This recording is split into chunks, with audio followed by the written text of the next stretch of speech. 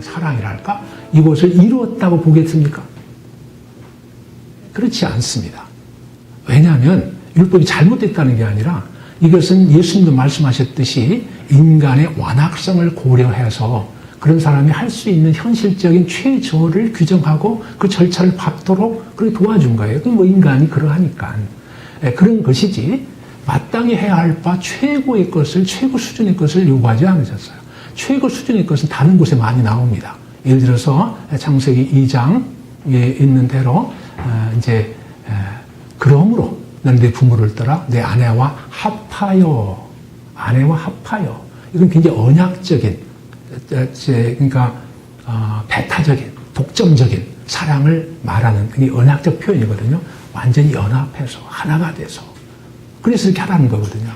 근데 벌써 이혼하고 갈라서는 것 자체가 이 연합하여에 어긋나는 거거든요.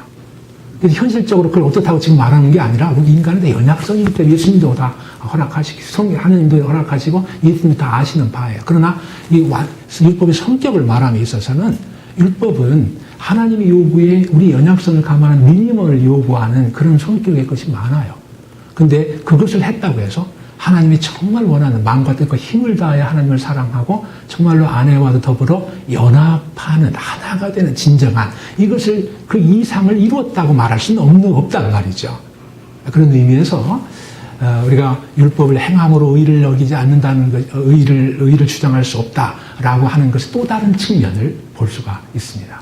하나님의 나라는 하나님 나라와 그 의를 구하라 할 때 하나님의 의로운 통치 그리고 하나님께서 우리를 사랑의 계명으로 부르시는데 이 사랑의 극치 이것을 다 나타내지 못해요.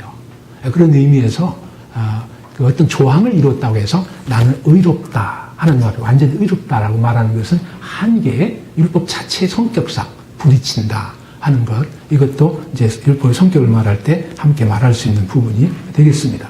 어쨌든 율법은 그래서 사랑의 순종을 그냥 이 명목적이고 형식적인 순종이 아니라 사랑의 순종을 요청한다. 그게 이제 신명기의 큰 특징이에요. 다른 것도 마찬가지지만 그걸 강조하고 있는 것이 신명기예요. 그래서 4장에서 6장까지 순종해라 할 때 결국 말하는 게 뭐냐? 사랑해라. 내가 정말 사랑하지. 그러면 내 말대로, 내 뜻대로 살게 되는 거죠. 그게 바로 순종의 행위인 것이고, 이런 사랑의 순종은 이제 서로 사랑하는 젊은이들끼리 얼마든지 하지 말라고 해도 하는 판이고 목숨 걸거라도 하는 이런 상황에 그런 것과 유비에 비교해서 생각해 볼 수가 있겠습니다. 율법의 목적과 기능에서 나와요. 제목만 읽겠습니다. 율법은 하나님의 계시다. 하나님의 뜻을 드러낸 거죠. 율법은 삶의 안내자다. 특히 이제 구약에서 그러한 겁니다. 이게 신약의 대응은 뭐냐 그러면은 신약에 율법이 없다 그러지만은 그게 그렇게 단정 짓기가 어렵습니다. 왜냐하면은 모세가 율법을 제일 뭐 할 것 같은데 모세의 서신서를 보게 되면 서신서가 두 파트로 나눠져 있거든요. 모든 서신서가 모세의 것, 바울의 서신서가 첫 번째는 소위 이제 인디카티브라고 하나님의 복음의 구원을 서술하는 거예요. 진술하는 거예요. 서술문으로 되어 있어요. 하나님은 참 예수님은 구원자시고 우리를 십자가에 못 박히셨다. 그를 믿는 자는 구원을 받는다. 이렇게 이제 기술하는 거예요. 근데 그 다음부터는 임페라티브라고 해서 명령이 나오지 않습니까? 그러니까 이렇게 해라, 이렇게 살아라 하는 내용이 되는 거죠. 근데 이렇게 살아라 하는 그 내용은 사실상 율법을 현대화한 거예요. 거기 나온 많은 것들은 십계명의 활용이고 십계명 자체가 그대로 많이 나오기도 하고 자 이런 것으로서 사실 하나님이 옛 백성이든 새 백성이든 신약 백성이든 구약 백성이든 근본적으로 요구하는 것은 같다 이렇게도 말할 수가 있습니다. 그래서 이게 이제 삶의 안내자로서 기능을 계속해서 하게 되는 것 물론 이제 예수님 오신 뒤에 바뀌어지는 것은 다 가만히 되지만은 근본적으로는 그런 역할을 한다. 그래서 세 번째는 율법은 사랑의 방법이다. 하나님을 사랑하라, 이웃을 사랑하라는데 어떻게 하나님을 사랑하고 어떻게 이웃을 사랑하냐? 그 구체적인 방법이 율법이 있다. 그것을 지키는 것이 곧 사랑을 실천하는 길이다 하는 것을 보여주는 것이고요. 그 다음에 율법은 대단하죠. 갈수록 축복의 통로라는 거예요. 율법 자체가 뭐 그렇다기보다도 율법을 순종함으로써 하나님이 축복하시는 것이 된다. 이것은 이제 율법은 하나님 뜻대로 사는 것인데 하나님 뜻에 부합되게 사는 사람의 복은 뭐 우리가 뭐 그냥 논리적으로도 당연한 거죠. 하나님의 부합되게 살아가기 때문에 하나님의 의도된 그런 삶의 결과물들을 그가 수확하게 되고 누리게 되고 하는 건 당연하다고 하겠습니다. 그리고 율법은 또 교육의 수단이기도 하다. 이건 뭐 우리가 이제 근데 이것의 신뢰행위라고 볼 수 있는 시편 같은 데 보면은 대단하죠. 119편 율법에 대한 찬가라고도 할 수 있겠고 또 시편 1편 율법을 주야로 묵상하는 사람 어떤 사람이냐 죄의 길에 빠지지도 않으면서 하는 사람은 마치 시냇가에 심기운 나무와도 같다 이거죠. 이 심겨진 나무 이게 수동태인데 이거를 이제 소위 문법적으로는 신적 수동태라고 그럽니다. 이게 이제 심겨졌는데 누가 심었냐? 누가 심어서 심겨졌냐? 신적 하나님이 심었기 때문에 네가 여기에 심겨진 거다 이런 거거든요. 이게 이제 하나님이 심은 사람의 축복된 상태가 어디서부터 오냐? 율법을 주야로 묵상하고 그 말씀을 행하는 자. 여기서 행한다는 건 행위, 뭐, 이런 믿음, 이런 대조적 개념이 아니고 실천적 개념으로 그렇게 말을 하는 것이죠. 또 율법은 의의 도구이다. 율법은 의의 도구이다. 그래서 율법을 참 감사함으로 하나님 뜻대로 산다고 하는 건 뭐냐? 하나님과의 관계가 정상적이구나. 병들지 않았구나. 관계가 틀어지지 않았구나. 하는 것을 보여주는 증표라는 거예요. 이것은 이제 이러한 것들을 어떤 학자는 이제 뭐 이런 표현을 썼는데요. 온도계다, 영적 온도계다 이런 말로 쓰기도 합니다. 이제 다른 맥락에 썼지만은 그런 것들을 이제 볼 수 있는 온도계가 된다 하는 거고요. 이것은 이제 그리고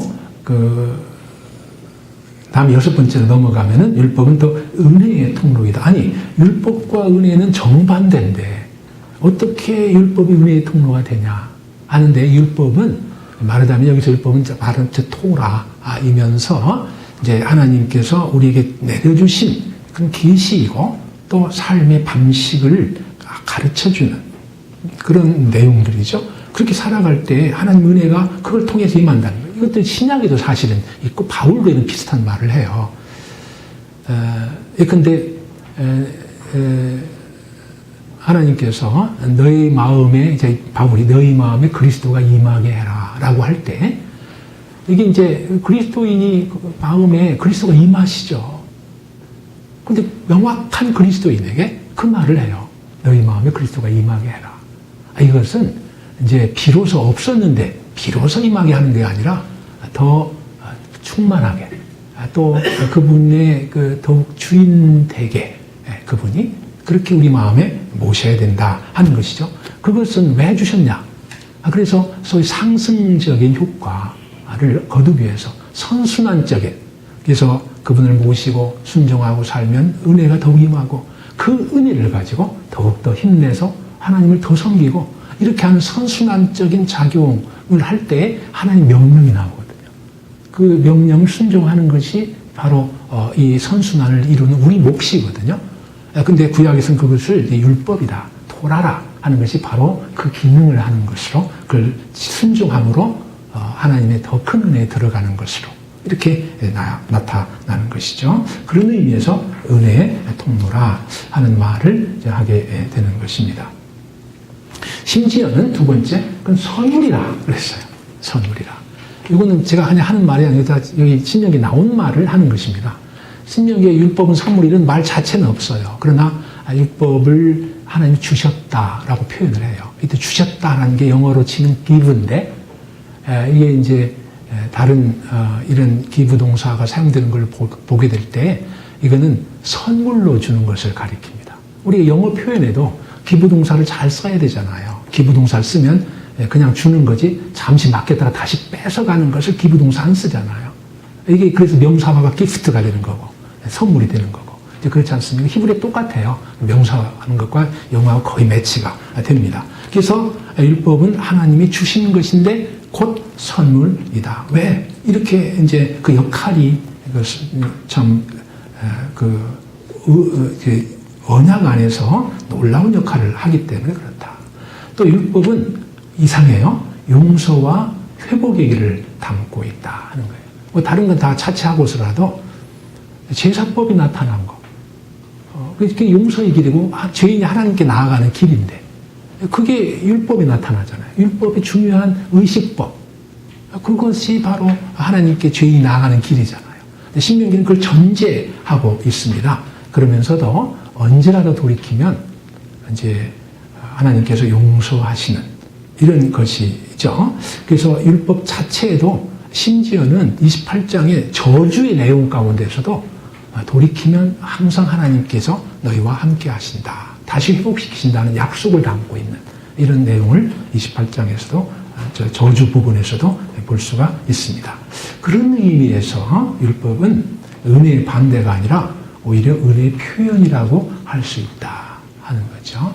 그런데 이것이 이제 율법주의적으로 이해가 돼서 할 때 그 율법은 당연히 은혜가 아닌 은혜의 반대에 작용을 하는 것으로 당연히 우리는 경험도 하고 또 그렇게 이해가 되고 있습니다. 여섯 번째, 젖과 꿀이 흐르는 땅입니다.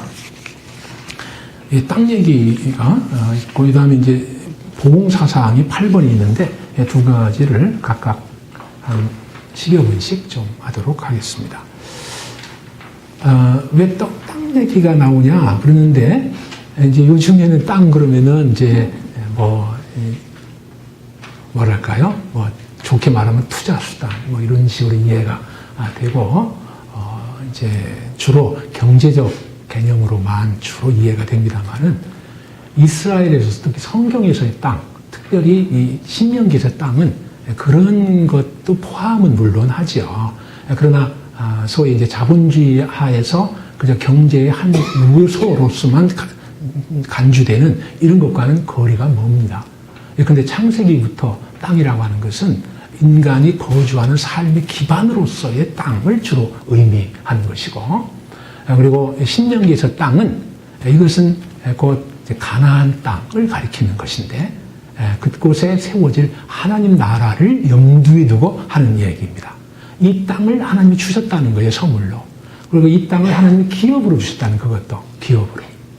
그리고 이 땅을 선물로 약속을 하셨는데 이 땅을 너희 가서 정복하라 하는 말씀이 나오고, 근데 너희로 정복하도록 내버려두고 실패하게 하지 않겠다는 거예요. 내가 먼저 가서 싸울 것이다 하는 약속이 또 추가적으로 주어져요. 이런 땅, 이 땅은 굉장히 고도로 물론 삶의 터전이기도 하면서 먹고 살고 있는 기반도 되지만은 신명기에서는 주로 굉장히 고도로 신학적입니다. 이 땅은 하나님이 함께 거하실 땅이다 이거예요. 게다가 이제 11장에 보면은 세초부터 세말까지 하나님의 눈이 그 위에 머물러 있는 땅 이렇게 말을 함으로써 이 땅이 굉장히 신학적이다. 하나님이 함께 하시는 그런 것들을 표상하는 그런 땅이다. 그렇게 말하는 그런 한국 의미에서 젖과 꿀이 흐르는 땅입니다. 이 땅은 사실상 제2 에덴 동산이라 이렇게 말해도 과언이 아니에요. 에덴 동산의 표현이 이 신명기에 가나안 땅을 묘사할 때 많이 나타나요. 예를 들어서 이제 에덴 동산에는 금과 호마노 이런 광물들이 나오잖아요. 이스라엘 땅도 금, 동 이런 것, 철 이런 것들이 많이 나와요. 또 분천, 샘들 이런 것이 있어요. 물이 공급이 돼요. 그런 것처럼 또 이스라엘의 경계는 위에 유브라데와 밑에 애굽 하수, 강과 강 사이로 규정이 돼요. 에덴 동산은 4강으로 규정이 되는데 그중에 2강은 사실 잘 모릅니다. 2강만 제대로 알지. 그런 의미에서도 그러하고 또 거기 이제 과일이 애굽에는 각종 과일을 먹을 수 있잖아요. 이스라엘의 과일 또 정탐꾼들이 가져오는 이 포도는 오늘날 어떠한 기법으로도 재생산 못할 그 거봉, 뭐죠? 거봉? 뭡니까? 맞나요? 그 큰 포도. 맞습니까? 예. 그런, 이게 송이를 두 사람이 메고 오는 그런 거봉이니까 이걸 상대가 안 되는 이 모든 것들은 그 부요함과 풍성함이 가나안적인 걸 생각하게 하는 그런 신학적 의미도 있게 됩니다. 제2의 가나안이라는 거예요. 왜 제2의 가나안이 됐느냐? 이스라엘은 범죄함으로 미안합니다. 제2의 에덴 동산이 되는 거예요. 이스라엘은 범죄함으로 에덴들은 쫓겨났습니다. 근데 이제 가나안 땅에 들어가게 되는데 이곳에 하나님 나라가 세워지고 하나님께서 늘 함께 계시고 거하시고 다스릴 것인데 여기서는 어떻게 해야 되느냐? 여기서는 하나님의 말씀을 따라 삶으로 이곳에 하나님 나라를 이루고 더 이상 쫓겨가지 마라. 하나님 부요와 하나님의 은혜를 누리면서 이런 말하자면 하나님의 구원 계획 하에서 가나안 땅이 선택되고 가나안 땅으로 인도되는 것이고 그런 의미에서 아주 대표적인 캐치프레이즈가 젖과 꿀이 흐르는 땅. 이게 바로 에덴 동산을 생각해 하는 표현이거든요. 물론 실제로도 부여했습니다만은 여기 이제 흐른다 하는 이제 개울 혹은 강처럼 흐르는 것이거든요.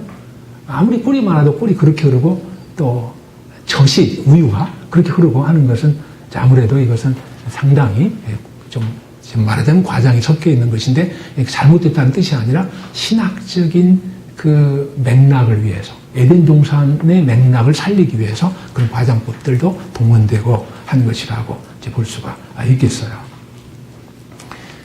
그래서 제2 에덴 동산이다 하는 거, 그 다음에 근데 이것은 약속의 땅이다. 하나님께서 약속하셨다. 하나님께서 선물로 주시기로 약속하셨고 아니 사실 이미 주셨다 하는 점. 그래서 이스라엘 이 가나안 땅에 있는 모든 것들이 다 선물이다. 네가 일구지도 않고 수고하지도 아니한 모든 것들을 하나님께서 주신다 하는 것들이 계속해서 나오고 있습니다. 이것은 또 열조에게 약속한 땅인데 열조의 대표 주자가 아브라함이죠. 그래서 아브라함에게 약속한 땅. 창세기 12장 2절과 3절인데 이것이 결국 15장 17장에서 이제 강화가 되고 그렇게 약속이 계속 족장들을 통해서 이어집니다만은 이제 5경 안에서는 땅을 차지 못하잖아요. 요수아 가서 땅을 차지하게 되죠. 그러나 하여튼 이 마지막 단계, 막 들어갈 땅을 차지한 바로 직전에 하나님께서 이스라엘 백성이 뭘 상기시키냐 그러면은 하나님이 약속하신 땅이다. 하나님 주신 땅이다. 그러니까 가서 정복하라 하는 굉장히 용기를 불러일으키고 신학적 확신을 주고 하는 말하자면 여호와의 전쟁, 성전을 치르는 격려사의 의미도 갖게 되는 빨리 가서 여기 하나님 주신 약속을 빨리 차지하고 그곳에 하나님 나라를 세워라 하는 그런 의미에서의 이 표현도 나오게 되는 것이죠. 이것은 유업이다. 안식과 유업이라고 하는 것은 이게 이제 그 기업이죠. 그래서 아버지가 자녀들에게 이제 유산으로 어떤 땅을 주든 뭐를 주면 그게 무슨 표시입니까? 너는 내 아들이다. 너는 내 딸이라 하는 표현이 되잖아요. 그래서 이스라엘에게 기업을 주세요. 하나님의 명확한 백성으로 이제 가시적인 시청각적인 보장이기도 한 것이죠. 근데 그것이 선물이다. 너희 어떤 공로가 있어서 그런 것이 아니다 하는 걸 늘 상기시키는 내용을 담고 있는데 그것이 바로 하나님의 약속의 땅이고 하나님이 거저 주신 땅이고 선물로 주신 땅이다 하는 표현 속에 담겨 있습니다. 이게 신명기적인 기본적인 신학의 기초를 이루게 돼요. 그 다음에 이제 가나안은 기업이다 하는 얘기를 했고요. 그럼 이 땅을 어떻게 소유할 거냐? 어떻게 소유할 거냐? 어떻게 차지할 거냐? 그럼 가서 싸워야 된다 하는 얘기죠. 이제 이 얘기에서 번거롭게 하고 싶진 않습니다만은, 근데 이거는 조금 생각해 볼 필요가 있습니다. 뭐냐면 땅이 한편으로는 하나님의 약속이고 거저주는 선물로서의 땅이에요. 그럼 우리가 금방 생각할 때, 아니 그러면 우리가 왜 싸우냐? 싸울 필요가 없지 않냐? 하는 생각이 금방 나오게 됩니다. 여기 이제 좀 오늘날 분석적인 소위 이제 헬라적 마인드를 가진 우리에게 조금 어려워요. 논리적으로 말이 안 되지 않냐? 모순되지 않냐? 아니 선물로 주셨다 했으면 내가 왜 싸우냐? 왜 정복해야 되냐? 하는 얘기가 당연히 나오게 되는데요. 근데 정말 이상한 것은 성경 이제 구약 39권 그 어디에도 이것에 대한 모순과 긴장을 느끼는 그 어떤 항목도 없어요.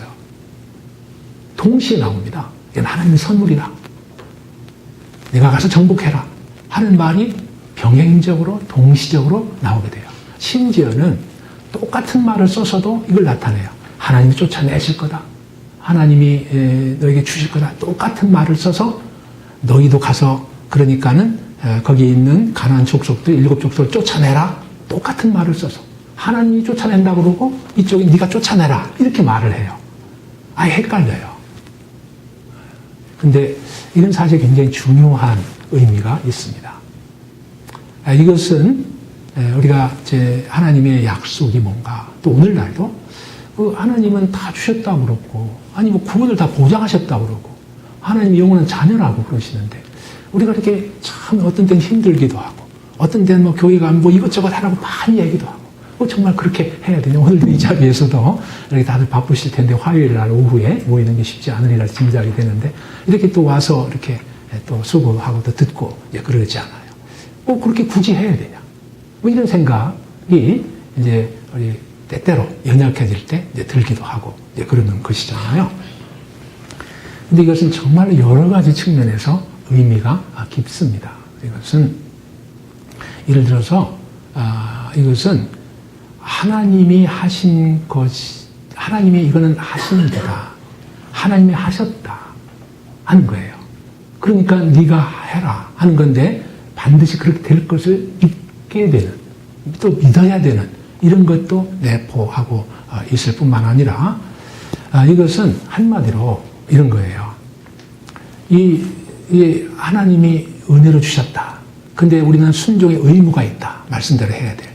이 두 개가 인간의 논리로는 모순돼 보이나 이게 신적 논리, 하나님의 논리로서는 매우 자연스럽고 매치가 되는 것입니다. 그걸 어떻게 보장하냐? 그게 무슨 얘기냐? 하게 되면은 하나님이 이 두 모순돼 보이는 것을 묶어주는 그러한 아주 참 기가 막힌 말하자면은 그러한 어떤 도구가 있는데 그게 바로 언약이에요. 언약이에요. 무슨 말이냐 그러면은 언약 속에는 전에 아까 말씀드렸잖아요. 앞부분은 하나님의 은혜예요. 하나님이 사랑이시다. 이렇게 하나님이 이미 사랑하셨다. 그리고 하나님 다 주셨다. 하나님의 은혜예요. 그 다음에 두 번째 분야는 뭐냐면 그러니까 너희가 하나님을 사랑해라. 그러니까 너희가 순종해라. 그러니까 너희가 뭐 해라 하는 게 두 번째예요.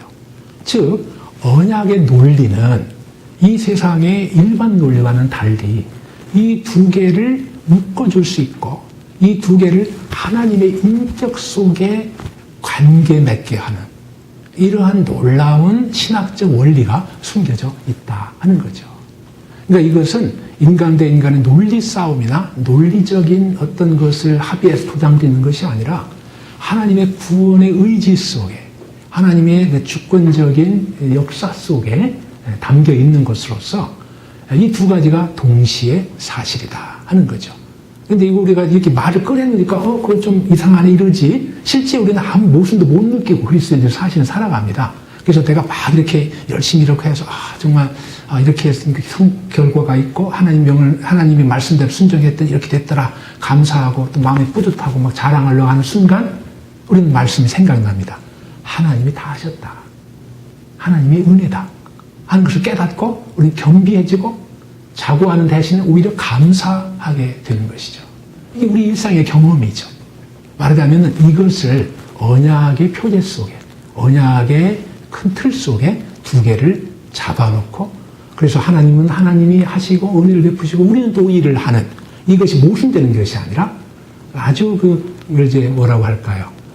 놀라운 다이나믹, 이 동력적인 관계, 우리가 하는 거의 관계가 굉장히 동력적인, 그냥 가만히 있고 정태적이고 무한하고 그냥 움직임도 없고 그냥 가만히 바위처럼 서로 맞대고 있는 이런 것이 아니라 생명체처럼 아주 활발하게 움직이는 관계 속에서 이 두 개가 녹아있다. 뭐 이런 식으로 일단은 말씀드릴 수 있을 것 같습니다. 이건 이제 하나님의 주권과 인간의 자유의지도 좀 비슷하게 설명을 언약을 통해서 할 수도 있겠습니다만은 어쨌든 언약, 성경이 가지고 있는 하나님과 인간관계를 포섭하는 두 개를 또 담고 있는 논리가 뭐냐? 그게 바로 언약입니다.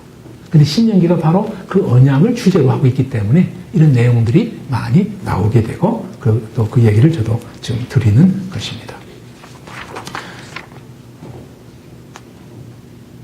그 땅을 이제 순종함으로써 축복을 누리는 가운데 그 땅을 계속해서 누릴 수 있다. 그렇지 않으면 징계를 받아서 이제 포로도 잡혀가기도 하고 그런다 하는 얘기가 나오고요. 축복과 저주가 있는데요. 그것은 이제 제가 넘어갑니다. 다만 하나 좀 전반적인 이해를 위해서는 축복과 저주 그랬는데 이 저주에 관해서는 저주는 대체로 이제 징계에 해당된다 하는 거죠. 보통 사람들 누가 누구를 저주했다 그러면 해코지했다 이렇게 이제 생각하기가 쉽고 뭘 쏴가지고 참 잘못되도록 막 빌고 이렇게 이제 마음의 악심을 가지고 이렇게 하는 것을 이제 저주다 이렇게 생각하고 또 실제로 그게 이제 일상적인 저주라 이렇게 하겠는데요. 우리나라 전래 옛날 궁중에서 투기에 의한 그런 많은 저주들의 것들이 이제 나오잖아요. 그런데 그것과는 전혀 상관이 없다. 이것은 하느님 백성을 징계하는 수단으로서 다 번역이 이렇게 된 것이지 이것은 징계에 오히려 가깝다. 이렇게 이제 봐야 할 것입니다. 그런 축복의 성격에 대해서도 좀 생각을 해봐야 될 것은 신명기 28장은 이게 이제 오늘날 그대로 하나님을 순종하면 똑같은 축복을 받냐 하는 것을 지금 생각을 해봐야 되는 거죠. 그래서 우리가 그러면은 참 농작물, 가축, 또 전쟁에 대해 승리 이런 여러 가지 축복을 28장에서 축복의 내용으로 담고 있는데 오늘날 순종하면 다 그런 식으로 주시냐? 우리에게 소와 양을 많이 주시면 우리는 키울 것도 없어요. 아파트 생활하면서 어떻게 키웁니까? 또 우리가 싸우지도 않는데 무조건 전쟁해서 승리하는 이런 것은 오늘날 맞지를 않아요.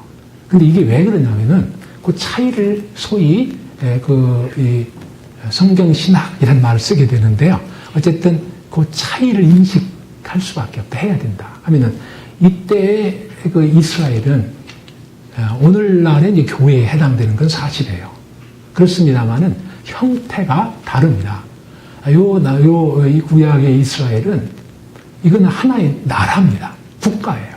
그러니까 왕도 있어야 되고 또 전쟁 가서 싸워야 되고 국가가 갖춰야 될 것은 다 갖추고 있는 그런 상황이에요. 땅도 있어야 되고 다 있어야 돼요. 근데 오늘날 교회는 우선 땅이 없습니다. 우리 교회에 터가 있는데 그 땅이다. 그런데 그런 땅의 의미가 아니고 교회의 본질은 사람이고 사람이 모인 주님을 고백한 공동체가 교회잖아요. 본질적으로. 그래서 내가 너희 가운데 있겠다 할 때 그 너희를 구성할 수 있는 게 그게 바로 교회가 되는 것이지 땅이 교회다 이건 아니잖아요. 근데 이제 구약에서는 본질적으로 땅도 그렇게 강조하듯 포함이 돼요. 왜냐하면 영토가 있어야 돼요. 나라로 존재하니까. 국가로 존재하니까. 그래서 28장의 축복은 국가 이스라엘, 국가적 요소를 가지고 있는 교회에게 준 축복이기 때문에 그런 요소를 당연히 가지고 있게 됩니다. 그러나 오늘날은 그런 요소가 없는 그러한 교회거든요. 그러니까 꼭 동일한 축복이 임한다라고 기대할 수도 없고 또 그것도 곤란합니다. 이건 국가에게 준 거기 때문에 개인이나 교회, 오늘날의 교회가 아니거든요. 그런 측면에서 그리스도가 오셔서 바뀌어진 하나님의 경륜을 감안해서 축복도 기대하게 되고 그러니까 그 축복은 주로 이제 신약에 나와 있는 그런 축복들로 주로 이제 오늘날 이해하고 또 그렇게 누리게 되게 되고 하는 그런 것들을 이제 생각을 해야 되겠다 하는 그런 내용입니다. 이제 시험이 가까우면 우두머리가 되고 또 꼬리가 되지 않고 하는 거, 다 1등, 이런 얘기들을 하게 되는데 다 1등 하면 누가 꼴찌합니까? 그렇다 꼴찌를 추구할 건 아니로되 어쨌든 각자가 각양 가진 은사대로 최선을 다해서 또 하나님 인도함을 받는 것이 이제 오늘날 축복이 되겠죠. 보응사사인데요. 이것은 이제 이것만 하고 이제 나머지는 참고로 보시고 이것만 좀 10분까지 보도록 하겠습니다.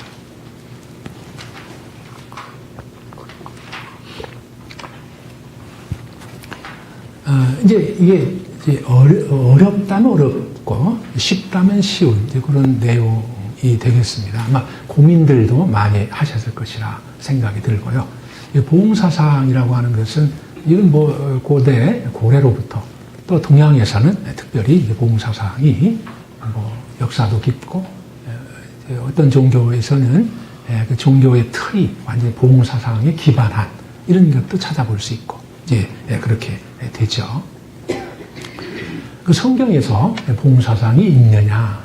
보응사상이라는 것은 악은 말하자면은 상으로 갚고, 악은 죄송합니다. 이제 벌로 갚고, 그리고 선은 선으로 갚는, 선은 이제 좋은 것으로 갚는, 상을 주는 이런 것이죠. 기본적으로 이것이 이제 구약 같은 경우는 이는 이로, 생명은 생명으로, 눈은 눈으로 할 때 소위 tit for tat, 그러니까 이제 정확한 보응을 이제 가리키는 이러한 것으로도 나타나기도 하고 그렇게 됩니다. 그러면 이제 우리가 하나 의문점을 갖게 됩니다. 하나님의 나라는 신약식으로 말하면 복음인데 또 구약식으로 말하더라도 하나님의 은혜가 있는 곳이고 하나님의 사랑이 있는 것이고 하나님의 주권적인 구원 역사가 이루어지는 장이 바로 그 역사, 구약 역사이고 또 신약 역사는 말할 것도 없고 그렇게 되는데 이렇게 틀린 건 아니고 의롭기는 하고 그렇지만은 잘못하면 요만큼 벌 주고 잘하면 요만큼 상 주고 끝. 이게 다인가? 이게 기독교고 하나님 백성의 전부인가 하는 점을 가지게 됩니다. 이 점에서 우리는 신명기가 엄청나게 중요한 역할을 하고 있는 것을 보게 돼요. 한편으로는 축복과 저주를 통해서 하나님이 의로운 통치의 일반론을 보여줍니다.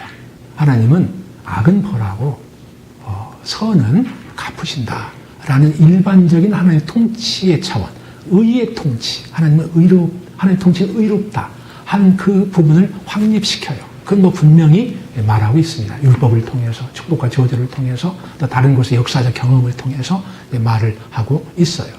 그런데 신명기는 그것이 다가 아닌 몇 단계의 보응사상에 대한 발전이 있어요. 근데 이제 줄여서 하나로 줄여서 얘기를 하도록 하겠습니다. 그건 뭐냐 그러면은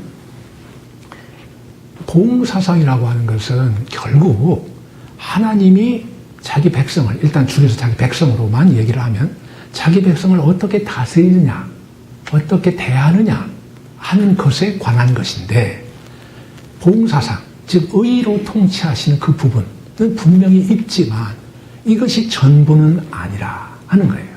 즉 보응사상은 의로운 그 통치는 하나님의 전 통치, 그 포괄적이고 깊이 있는 그 모두를 다 말하는 것은 아니다.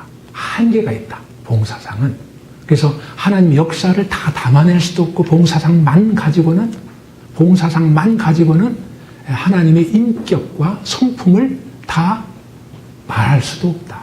그런 한계가 있다 하는 점을 명확하게 드러내요. 이런 점에서 신명기는 소위 하나님의 통치와 성품에 대한 이런 측면에 큰 공헌을 한다라고도 볼 수가 있습니다. 오늘날도 마찬가지죠. 한편으로 하나님의 통치는 의롭습니다. 당연하죠. 그러나 그것이 다가 아니에요. 하나님은 어떻게 다스립니까? 근데 사랑으로 또 다스려요. 또 하나님의 통치는 은혜의 통치예요. 이제 마치 다윗이 이제 무비보셋 얘기할 때 그 얘기하는 건 내가 은혜를 베풀리라.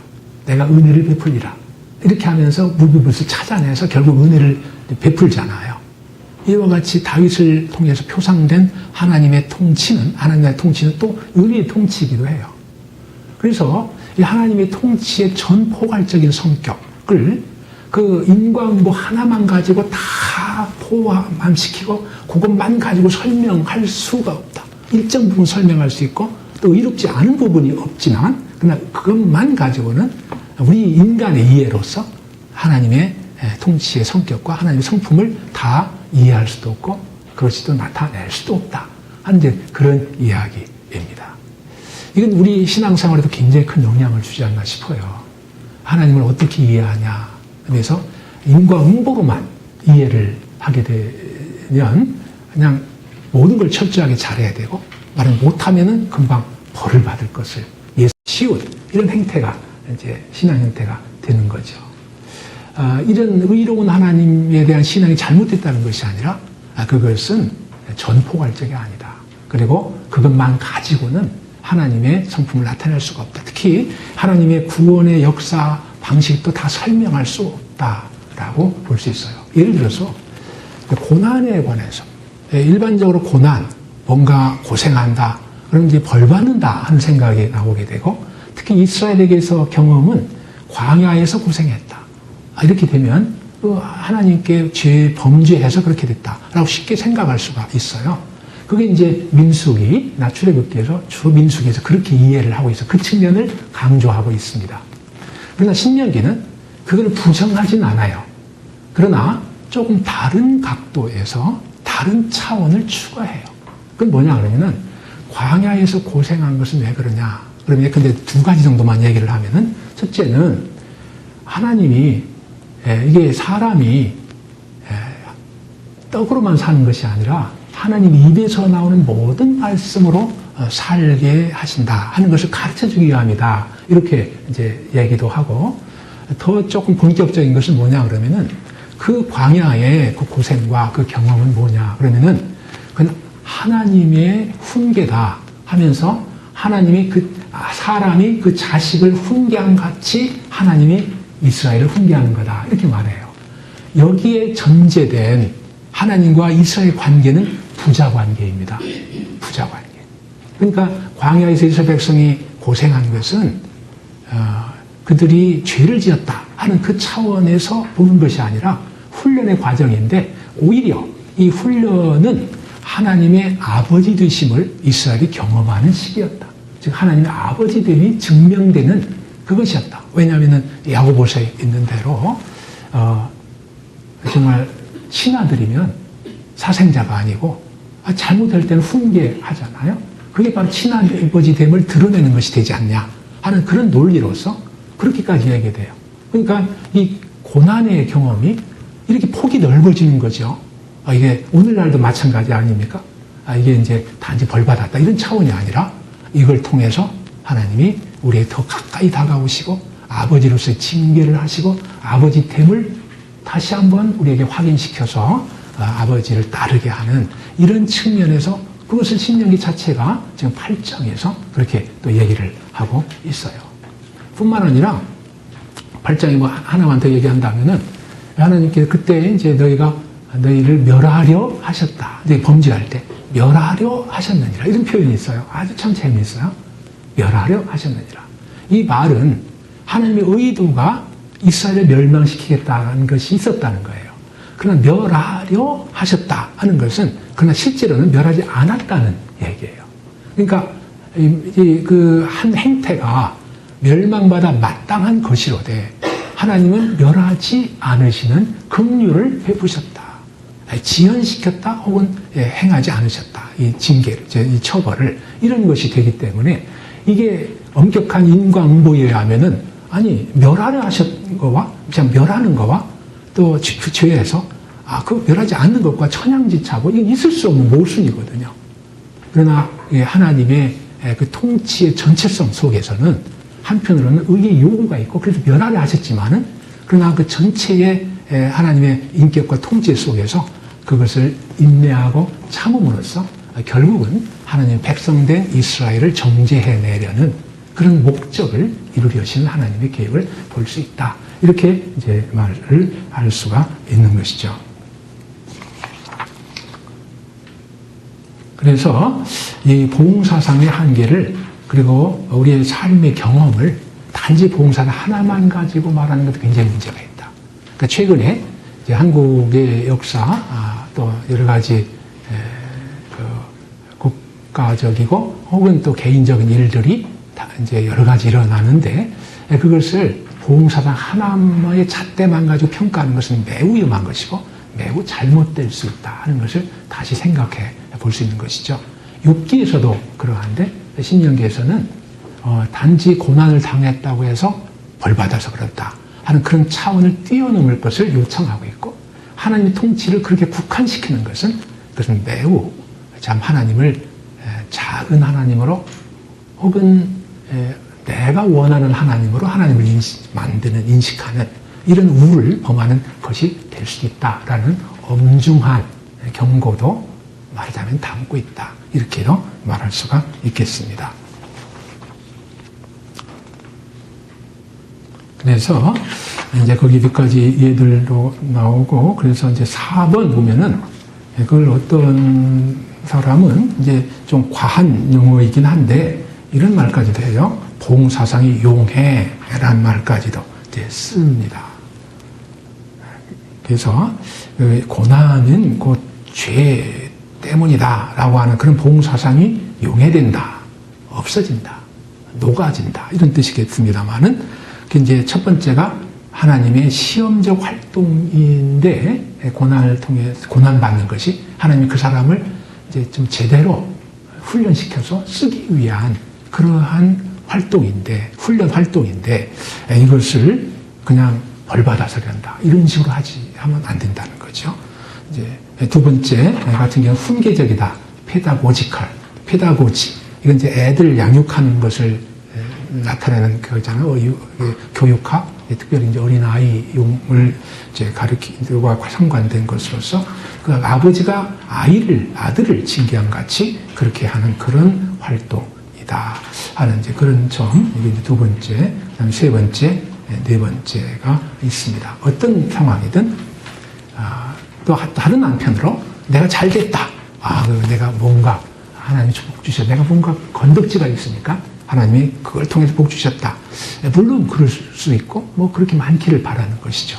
그러나 그러한 단정은 좀 때때로는 위험할 수도 있고, 그 하나님이 어떤 사람을 잘 되게 하는 것이 반드시 그가 훌륭해서가 아니라 어떤 목적이 있어서 그러실 수 있고, 그걸 겸비하게 받아서 그 목적을 이루는 것이 우리의 사명과 책임이 될 터인데, 이것을 내가 잘해서 그랬다 하고 끝내버리면 이거는 봉사상으로 하나님의 역사와 뜻을 제한하는 것이 될 수 있다 하는 그런 차원에서 말씀을 드릴 수가 있겠습니다.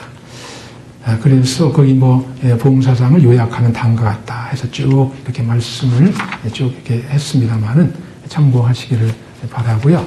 지금 10분이 돼서 일단 제 강의는 마치고, 혹시 또 함께 나눌 말씀이 있으시면 좀 말씀을 듣도록 서로 피차 배우도록 그렇게 했으면 좋겠습니다.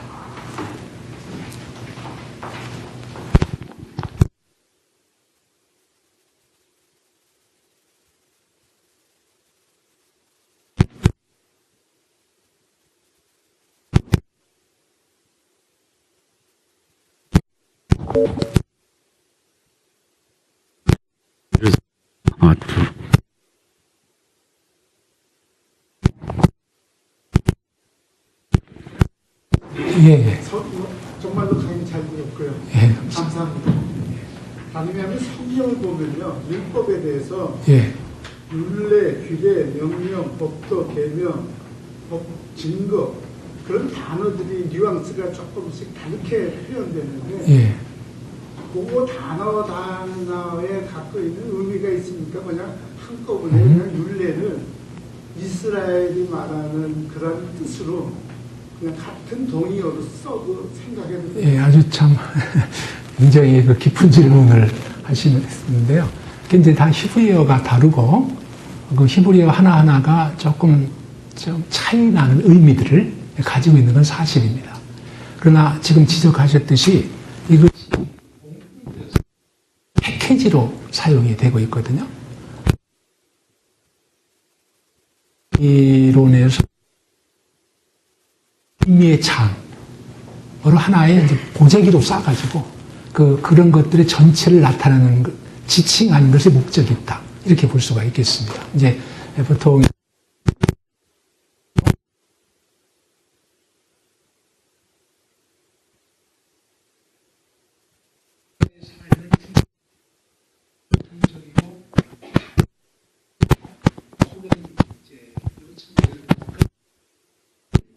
나는 표현이다. 하기보다 어렵기도 하고요. 질문하실 때 답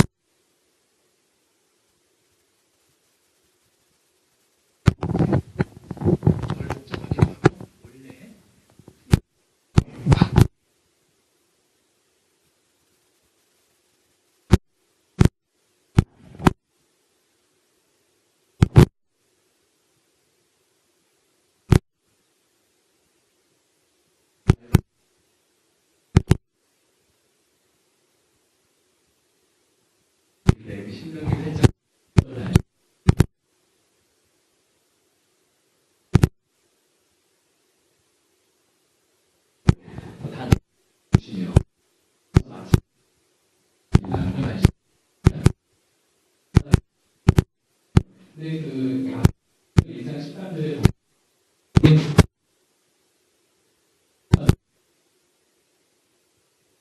연애하지 말지 그 자체도 아니고 그렇지 그 누구도 시험하지 않는다.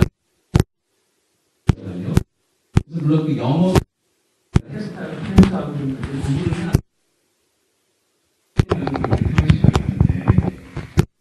어떤 게 맞는 건지 정말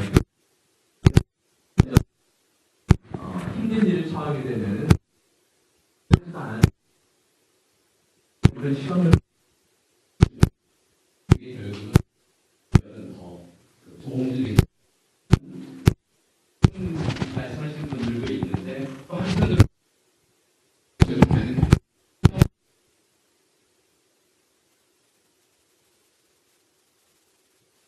예, 감사합니다. 이게 이제 단어 자체를 가지고 딱 요건 요거고, 요건 요거고 나누는 것은 좀 어렵습니다. 그리고 그 의도가 아닐 수 있습니다. 지금 말씀하신 대로 내용적으로 보면은 테스트가 있고, 템테이션이 이제 있다. 이렇게 이제 볼 수 있는 것이죠. 그래서 테스트의 대표적인 것은 이제 이삭을 바쳐라. 라고 할 때 창세기 22장에서 하나님이 아브라함에게 말씀하신 것이죠. 이것은 넘어뜨리기 위한 시험이 아니라 그가 그 시험을 통과함으로써 그 다음에 영원한 언약을 보장하시려는 그리고 확실히 이제 정말로 또 인치고 또 확인하는 그런 축복의 그 과정으로 또 하나 요건으로 그것을 시행한 거거든요. 그러니까 이것은 통과시키는 것을 목적으로 하는 시험이고 그 통과의 목적은 결국은 축복에 있다 하는 것이 이제 하나님의 소위 시험, 테스트라고 할 수가 있겠습니다. 템테이션은 우리가 너무 잘 아시는 대로 이것은 이제 사탄이 그걸 통해서 우리를 넘어지게 함으로써 하나님의 축복을 받지 못할 뿐만 아니라 하나님 목적에서 어그러지게 하는 이제 그런 내용 아니겠습니까? 그런데 이걸 어떻게 구별하냐 하는 것은 제 생각은 이렇습니다. 하나의 사건이 어떤 것은 이게 시험, 하나님이 주시는 시험이냐 사탄 준 유혹이냐 이거를 분별해서 열심히 기도하고 분별해 보니까 이건 사탄의 유혹이더라. 그러면 물리치고 이건 하나님의 시험이더라. 그럼 기쁜 마음으로 받아야지. 이렇게 한다는 것은 사실상 불가능할 겁니다. 그리고 그런 암시들이 사실은 좀 나와요. 구약에도. 무슨 얘기냐면은, 예컨대 이제, 다윗이, 이제 범죄를 하는데, 이제 사무엘의 24장에 보면, 범죄를 하는데, 하나님이 이제, 시험을, 이렇게 말하자면은, 뭐라고 나오죠?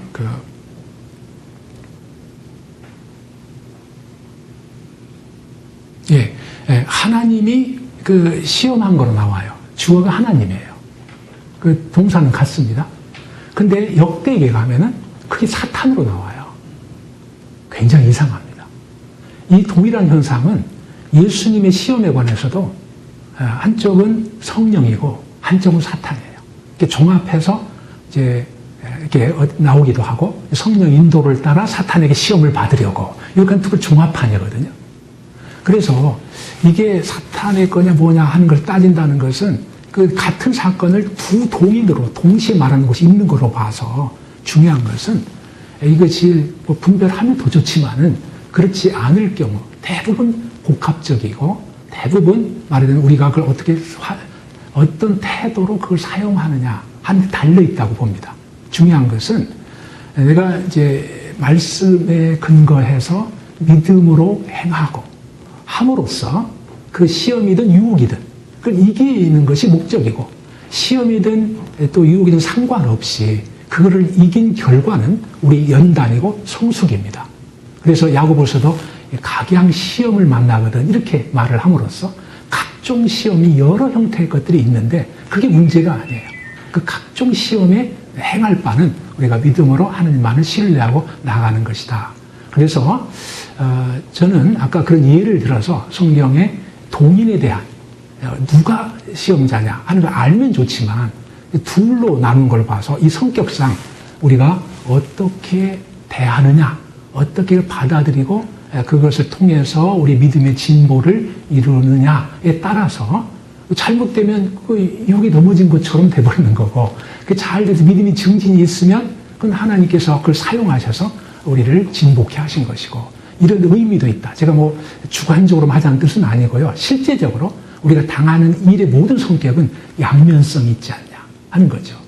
시험에 걸려서 넘어지면 그 자체는 악한 것이 아니로되 나에게는 악한 역할을 한 것이고 아무리 힘든 것이라도 믿음으로 선용해서 진보를 이루면 그건 정말 하나님께 사용하신 도구가 아니냐 하는 실제적인 양상을 그러니까 예수님의 시험도 그렇지만 구약의 다윗의 잘못에 관한 그 하나님의 시험, 사탄의 시험으로 표현된 이런 것에서 유추할 수 있지 않겠냐 하는 생각도 가지게 됩니다.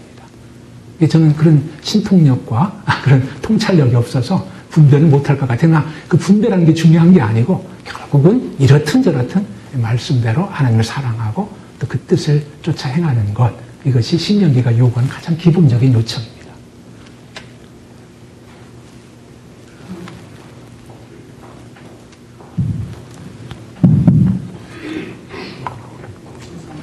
하나만 더. 예. 우리 교수님 그 책자에도요. 예. 이방인을 진멸하라는 거예요. 아, 예, 그거 제가 안 했죠. 예. 그건 안 하셨는데, 예. 그 책자를 읽어보면 어느 정도 이해가 가는데, 그거를 현대에 접목시켰을 때, 이방인은 예수 안 믿는 사람으로 우리가 보통 생각하잖아요. 그런 사람들하고 자녀들의 결혼을 부모로서 승낙하는 아닙니까? 우리가 뭐 자녀가 뭐 죽게 생기고 한다면 자녀 이기는 부모는 없는데, 예. 그런 거를 만났을 때, 성경적으로 그걸 어떻게 해석하느냐는 거죠. 이건 저한테 질문이 아니고 여기 이제 답변해 주실 분이 많이 있을 것 같은데요. 성경적으로 그런 예. 것을 이해가 있냐.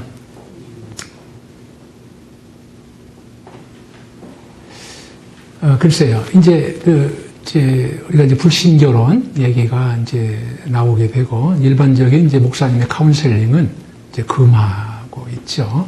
그러나 이제 요즘에 워낙 그 비율이 이 장난이 아니고, 그걸 또 지키다 보니까 교회 많은 분들이 노처녀로 이렇게 있게 되는 사회적 문제까지 이제 자꾸 이렇게 확산되고 하는 가운데 좀 이제 선교적 결혼이라는 개념이 나오게 되죠.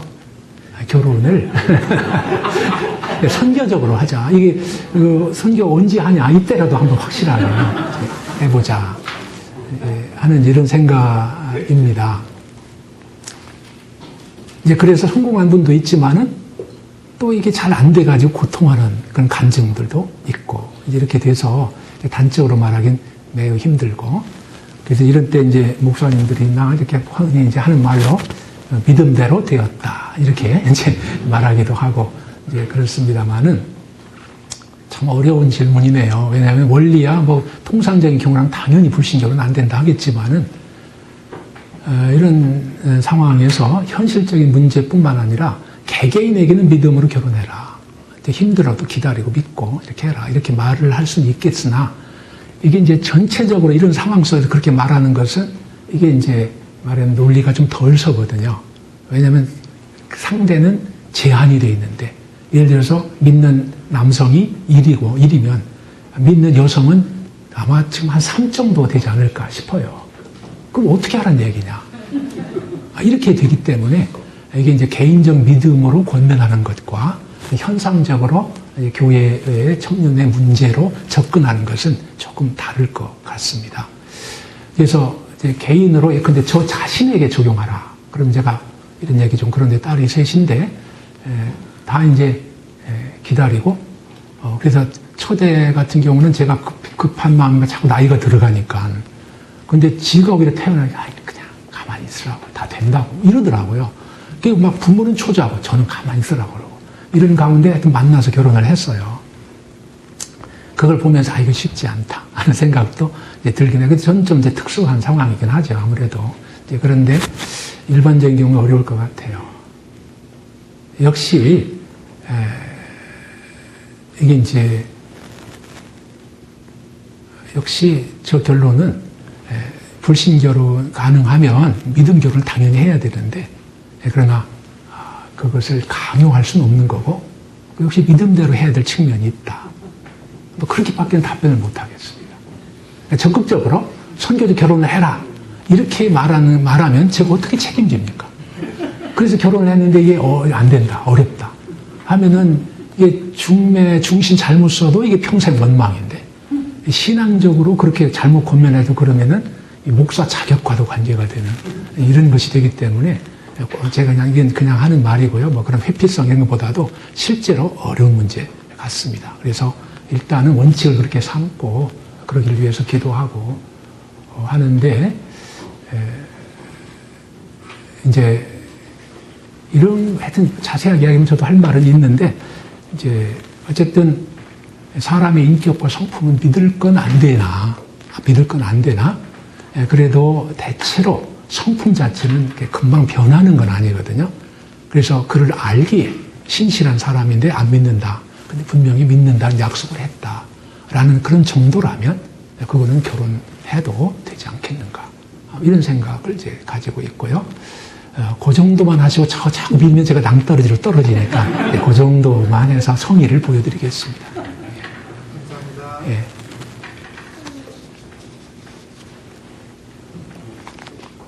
예, 뭐 질문이 없으시면 제가 더 강의하기도 그렇고 어떻게 할까요?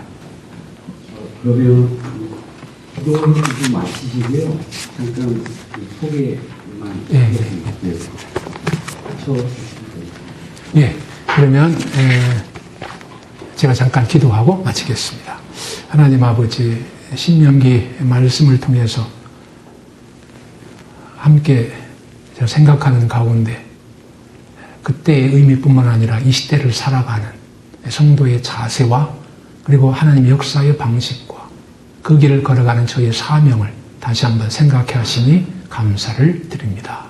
저희가 있는 곳 주께서 파송하신 바로 그 자리, 이 자리에서 이스라엘 백성처럼 하나님 나라를 건설하되 의의 나라뿐만 아니라 사랑의 나라를, 은혜의 나라를 건설하는데 우리의 태어진 몫을 감당하는 저희 모두가 될 수 있도록 은혜 주시기를 간절히 바라오며 예수님 이름으로 기도하옵나이다.